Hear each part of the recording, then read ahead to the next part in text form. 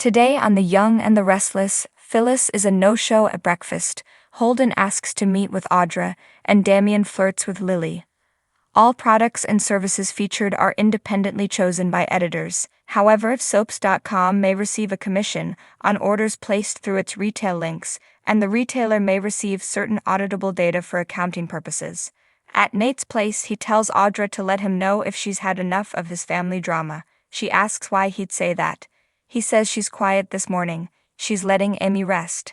Amy appears and guesses Damien hasn't been back in touch. Nate's sorry, there's been no word. Amy thinks he must be back at home, going about his business like nothing happened. Audra and Nate try to make her feel better, but she says she's a failure. Nate thinks Damien's behavior is on him. Amy thinks it's time she said goodbye to them and went home. At Crimson Lights, Holden warns Damien there's only so long they can keep things on ice in LA. Are they going back today?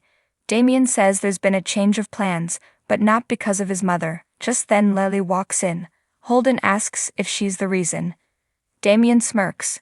What do you think? Holden gets it, but there are plenty of beautiful women back home. Damien says she's not there. It took a minute, but he found out her name. Lily Winters. She's Nate's cousin. My family tree just got a whole lot more interesting. He explains to Holden that there's no blood between them whatsoever. He gets up and walks over to offer Lily a cup of coffee. She says she already has one. He introduces himself as Damien Kane and she gawps. You're Amy Lewis' son. Damien muses, so you know about me. All good, I'm sure. Lily says, not really. She heard all about him from her cousin, Nate Hastings. She explains that they're not related and tells him her name. She asks him about going back to LA. He's not headed back just yet. She's glad. He's left a lot of things undone here. She's sure a man like him has more pride than to run away. Lily says she knows what it's like to get shocking news that turns your past and future upside down if you let. Damien won't let it. She asks why he's still there. He'll buy her a coffee and try to explain. At his place, Nate wants another chance to make this right for Amy, who says he's done so much already. Nate is grateful for her helping him learn more about his father, who would want him to keep fighting to help her and Damien. Amy hopes one day her son will reach out to Nate. She'll try to find peace in that. Nate vows he'll go all the way to LA to hound him if he has to. Audra gets a text and tells Nate that he may not have to go that far. Damien may still be in Genoa City. Holden just asked her to go for a bite. Nate frowns. How did he get her number? Audra shrugs that they seem like resourceful types.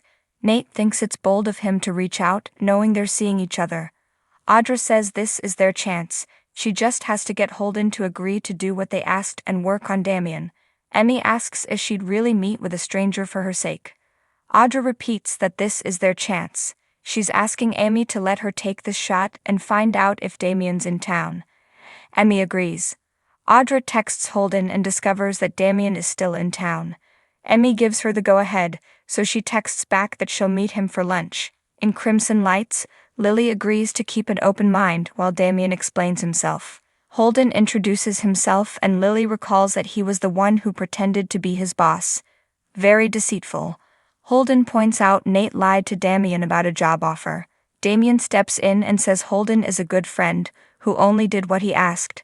Lily wonders if he's sneaky and dishonest then. She wonders if maybe they should head back to LA. Damien wouldn't have a chance to get to know her better if he was on a flight. At the GTAC, Daniel leaves another voicemail for his mother and asks her to please call, even if it's just to tell him to stop calling her. Summer shows up and he explains that something is very wrong. In Paris, Sally and Billy come in from their productive day. Sally gushes about him surprising her for lunch at the bistro. She teases that she needs a nap and pulls him into a kiss. They're making out when his phone rings. Sally urges him to answer it. It's Daniel, who asks Billy if he's heard from his mom.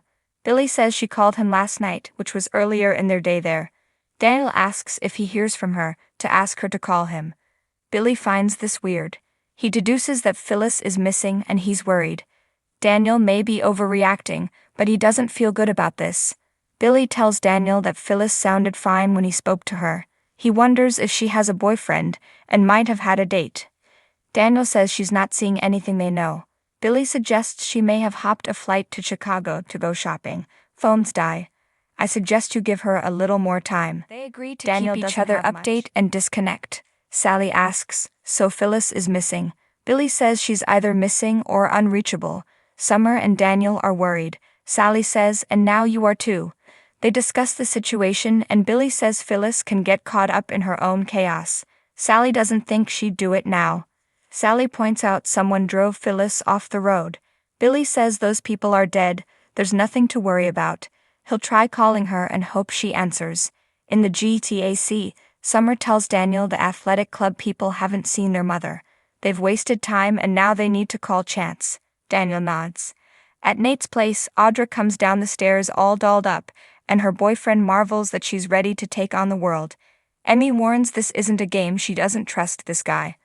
Audra doesn't either, but suggests Nate stay with Amy. She tells them not to worry and leaves. Nate wants to get Emmy some breakfast, but she asks him not to fuss. Nate's happy she has the energy to snap at him. They recap that Damien is still there, so there's still hope. Amy's not sure how much more her heart can take. At society, Holden's surprised that Audra accepted his invitation. She tells him it's not a date. This is a means to an end. I am here for Nate and for Amy. I need you to do whatever it takes to change Damien's mind. He needs to see his mother and you need to make that happen. Audra thinks Holden can make himself useful. It doesn't matter how they came face to face. It was an unwelcome surprise. Holden grins about her running hot and cold and congratulates her on her new life post-Tucker McCall. Audra says that new life is with Nate. Holden asks if she loves him. Audra won't discuss it. There is a dying woman who wants to see her son before she passes.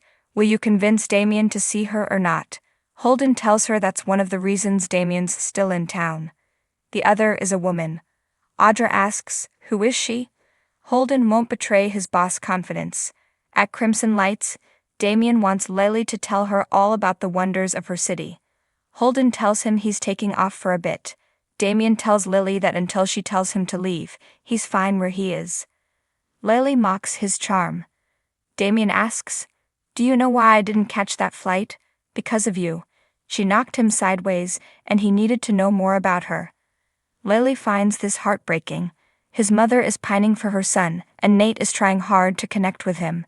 Damien asks, can you honestly says you're not the least bit curious about me? Damien complains to Lily that Nate and Amy ambushed him, but he did what they asked. She asks why they cut ties. Damien says that after their father died, nothing was ever going to be the same.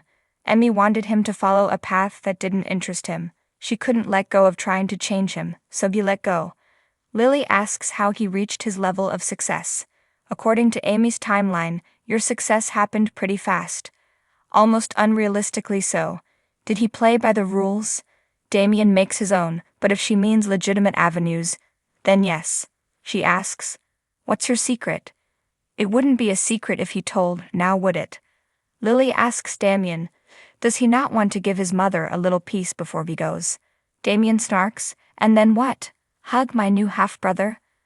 Lily thinks someone holding on to as much anger as he is unpredictable.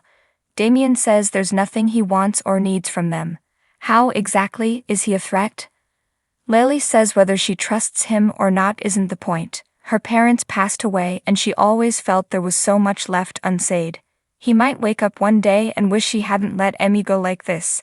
His regrets are reserved for the people who didn't lie to him. Lily says if he didn't care, this wouldn't bother his so much. Damien asks her to dinner. Lily tells him to ask her again after he's made peace with his mother. He grins as she walks out. At Nate's place, Emmy is afraid being let down will feed her illness. Nate concedes he reached out to his colleague and asks her to allow him to send her medical records. Amy thinks there's no point, but Nate's friend works in research. Please let me do this for you. Amy sees this as another way to get her hopes up. Nate assures her he and Audra will be there every step of the way. His father would want this for her, for all of them. Amy agrees to let him send her medical records to his friend. Thank you for wanting to save me. Nate's just passing her information along to a friend. Amy owes him more than she can say. A knock comes at the door. Nate opens it to Damien. Is Amy here? He asks. Nate says yes and invites him in. Amy looks thunderstruck. In Paris, Billy leaves Phyllis a message asking her to please call her kids, and to call him too. He disconnects and rants to Sally that this isn't fair to her kids. Sally agrees that it's stressful and asks if he wants to go home and look for Phyllis. Billy says the kids are on it, and Daniel